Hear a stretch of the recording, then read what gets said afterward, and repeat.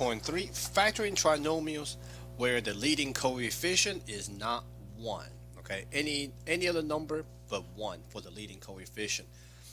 So basically, we're still going to go through the same 5 steps on how to factor in trinomials. Okay, so let's go ahead get started here. So here I got 2x squared minus 9x plus 4.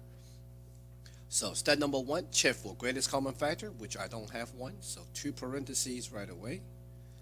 Alright, step number 2, find all the factor of the first term and the last term. First term is 2.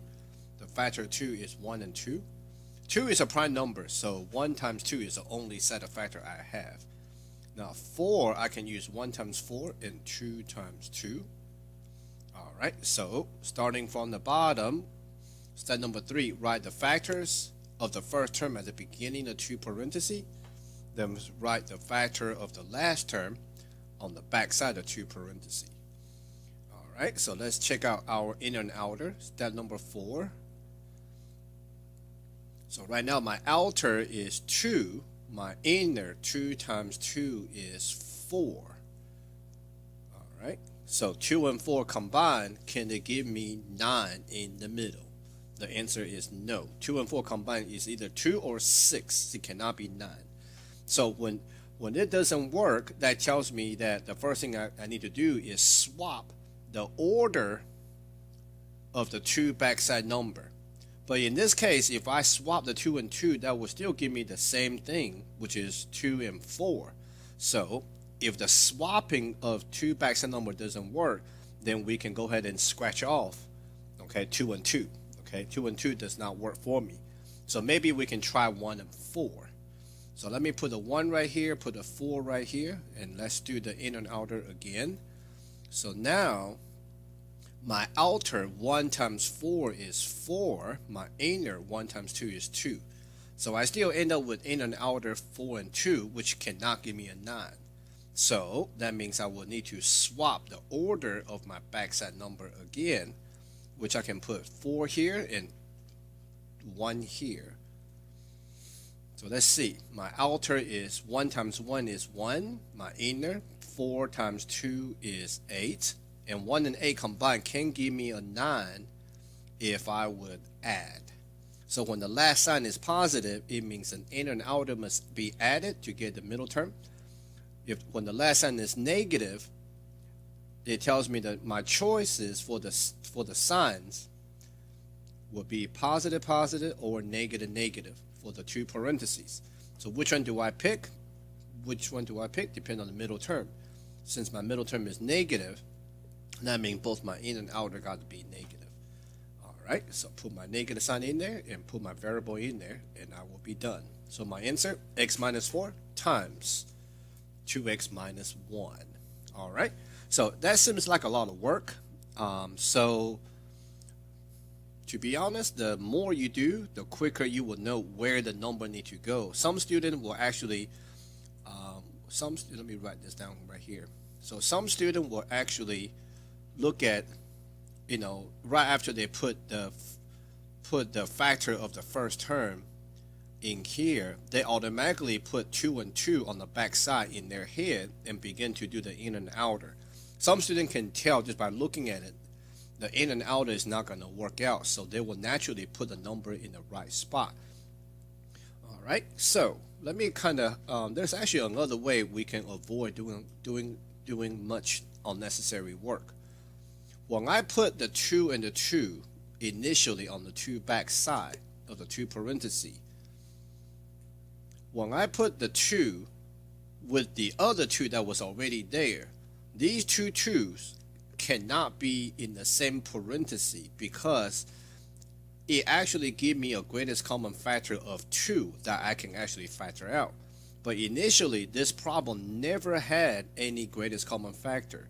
So that means we should not put numbers, okay, in the parenthesis where it can actually create a greatest common factor that I don't have. So naturally, we can go ahead and avoid that.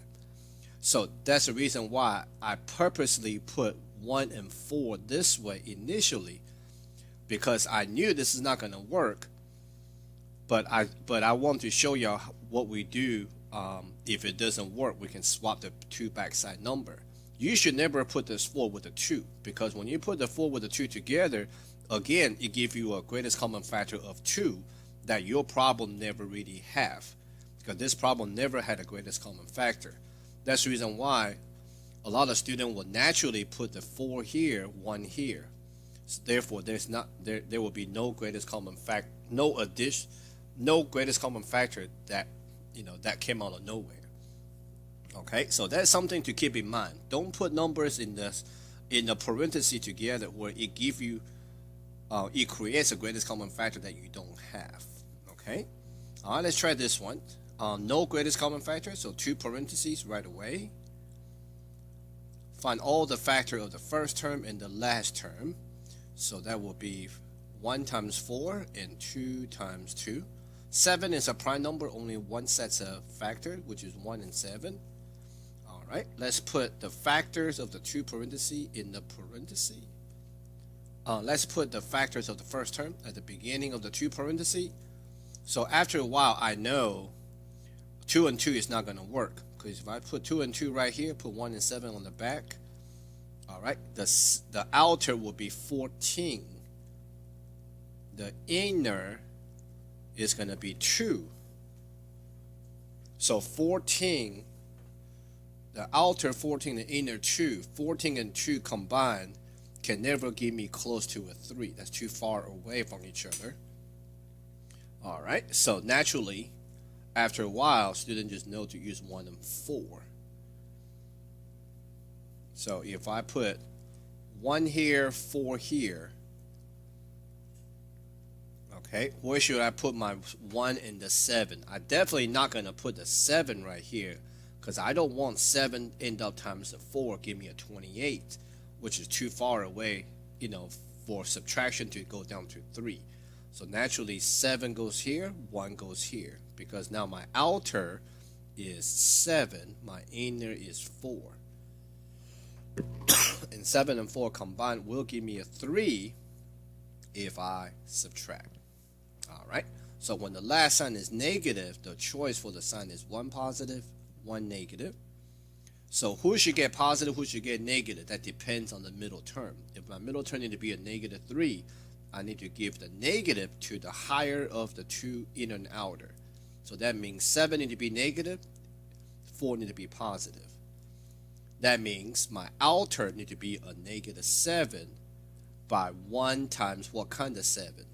Negative 7. So the other sign got to be positive. Put my x in there and I am done. My answer, x plus 1 times 4x minus 7. All right, let's try other ones, okay? Takes practice to know where the numbers should go. All right, this one, no greatest common factor, so 2 parentheses right away. Okay, factors of the first term, 1 times 6 and 2 times 3. Factor of the last term is simply 1 times 3. So starting from the bottom, if I put the factor of the first term, 2 and 3, okay, in the beginning of the 2 parentheses, so the factor of the last term go on the back side of the 2 parentheses. So I'm definitely not going to put this 3 with this 3 that was already in the front. So naturally I will put this 3 over here with the 2, the 1 with the 3. So now my outer is going to be 2. My inner is going to be 9. So 2 and 9 combined will give me my 11 in the middle if I add. All right, so when the last sign is positive, the choice for the sign is plus plus or minus minus. Since the middle term is negative, both my parentheses got to be negative. Put my x in there and I am done. 2x minus 3 times 3x minus 1. Okay, so after a while, we can begin to do this a lot quicker. All right, no greatest common factor here again, so 2 parentheses right away. All right, find all the factor of my first and last term, so 12. 1 times 12, 2 times 6, and 3 times 4. All right, 7 is just 1 times 7. All right, step number 3, let's put the factors of the, writing the factors in the 2 parentheses. The factor of the first term go at the beginning of the 2 parentheses. The factor of the last term go on the back side of 2 parentheses. So careful, here's a 7 right here. Put 7 with a 4, that means my outer is 21. My inner is 4, because 1 times 4. Alright, so let's try that. I'm on a purpose to doing this. I already know this not going to work. Check this out. Alright, see, my outer is 21. My inner, 1 times 4 is 4. So 21 and 4 combined can give me 25 if I add. But the last sign of a polynomial is actually negative, so that tells me the inner and outer must be subtract to get to 25 in the middle. Okay, so that tells you that this order does not work. Okay, I cannot just say, oh, here's a 25. I'm gonna do the sign however I want to. Okay, cannot do that. So let's swap them. I'm gonna put 7 right here, 1 right here, because that gives me an outer 3, inner 28. And 28 and 3 combined will be 25 if I subtract. There you go. That's how we get to the 25. When the last sign is negative, the choice for the signs is 1 positive, 1 negative. So it depends on my middle term. Since my middle term is going to be negative 25, then I got to give my negative to the higher of the two inner and outer. So 28 got to be negative, 3 got to be positive. So what that means is my outer need to end up to be a positive 3 by 3 times positive 1. So the other sign is negative, put my x in there, and I am done. 3x minus 7 times 4x plus 1. Okay, so after a while, we don't have to write all this stuff out. Okay, student, you will naturally just know what number to use. Okay, just like here, I can already tell I'm gonna have a 12 and the 7 combined to give me my 19. Okay, so no greatest common factor, so 2 parentheses right away. So for 12, I'm not going to use 3 and 4 and know that. I'm just going to naturally use 12 and 1. For 7, I'm going to use 1 and 7.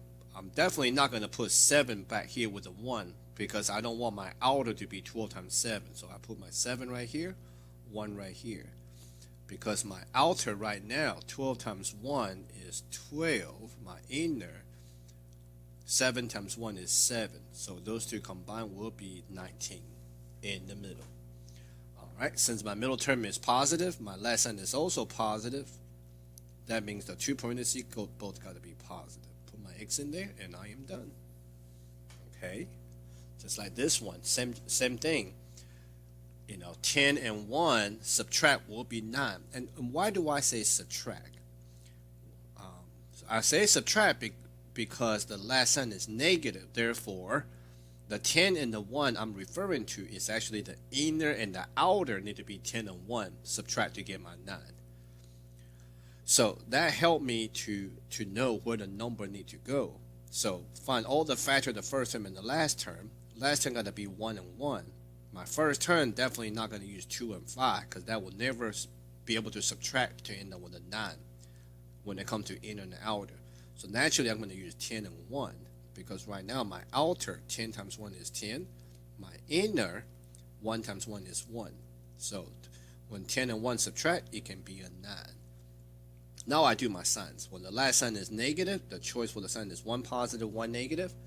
Since my middle term need to be a negative 9, so that means the negative got to give to the bigger of the two inner and outer.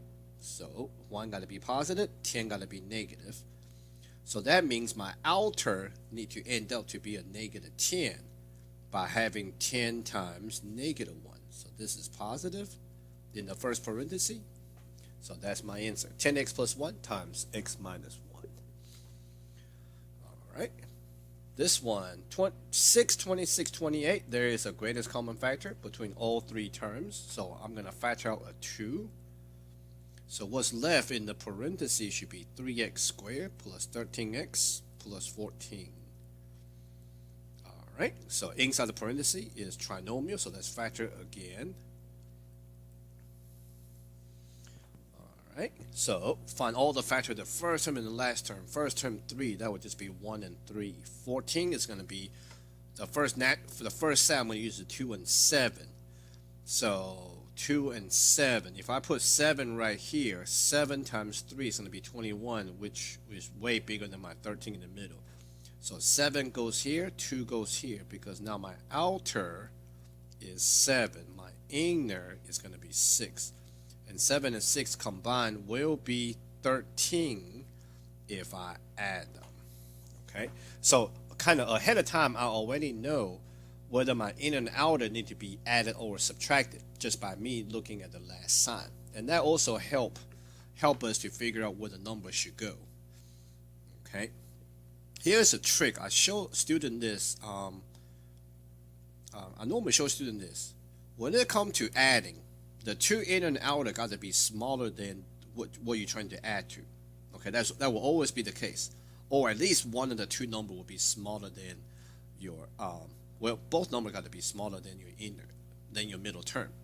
The inner and outer got to be smaller in order to add up to the 13. When it comes to subtraction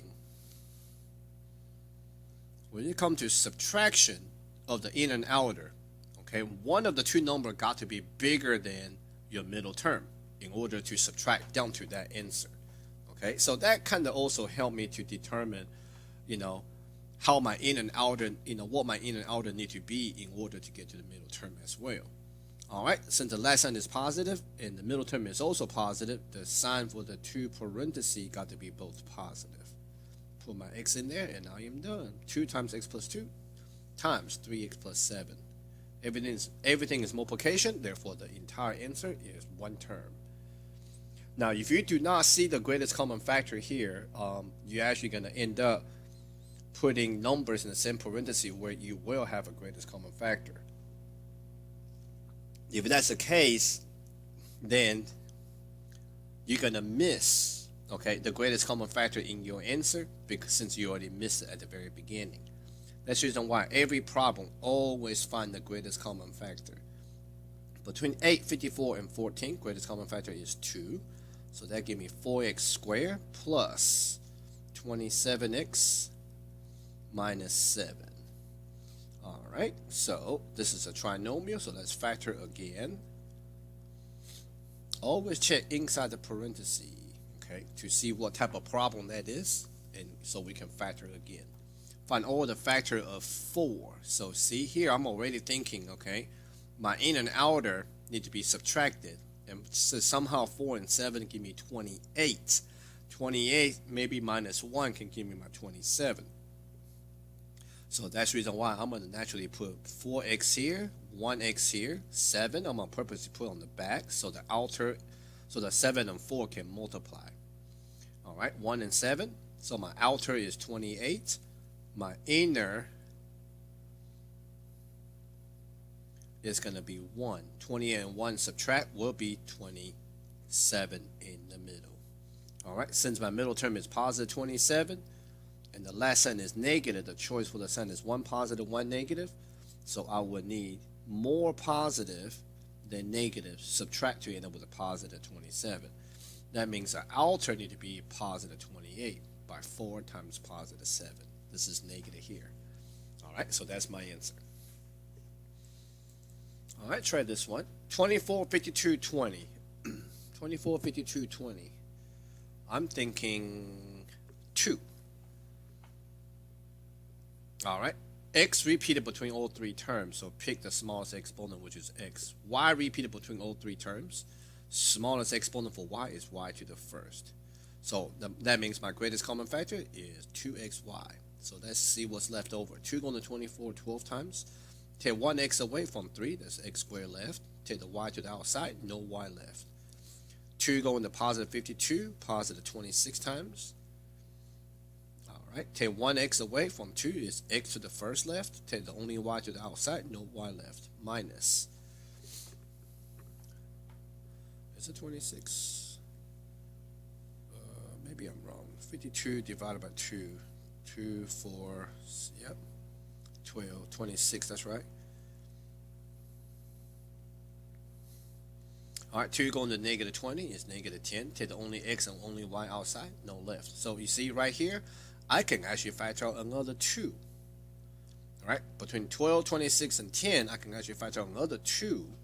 So if I factor out 2 already, and there's another 2 need to be factored out, that means I could have factored out a 4 from the very beginning. So if I factor out a 4 at the very beginning, that will be 6x squared minus 13x, right? 4 going to 52 13 times, and minus 5. All right, so let's factor this trinomial. So no more greatest common factor. For 6x squared, I can use 2x and 3x, and check it out. For 5, that's going to be 1 and 5. So where should I put my 5 at? If I put my 5 right here, 1 right here, so then my outer, let me show you this. My outer is 10. My inner is 3. 10 and 3 combined will give me 13, right? But you see the last sign tell you to subtract the inner and outer to get 13. So that means this does not work. So can't just say, oh, that's 13. I'm going to do the sign however I want to make it into a 13. Okay, that's actually incorrect. So this is what I'm going to do. I'm going to swap the 2 backside number. I'm going to put 5 right here, 1 right here for that 5. So then my outer is 2, my inner is 15. 15 and 2 subtract will be what? 13. Since the last sign is negative, the choice for the signs is 1 positive, 1 negative. Since my middle term is positive 13, I got to give the positive to the higher of the 2 inner and outer. Right, so that means 15 got to be positive, 2 got to be negative. So that means my outer need to be negative 2 by 2 times negative 1. All right, this is positive, and that's the whole thing is my answer. All right, so this example is where we're going to use 2 different variables again. This time I'm having R at the front, D on the back, okay? So no greatest common factor, so 2 parentheses, okay?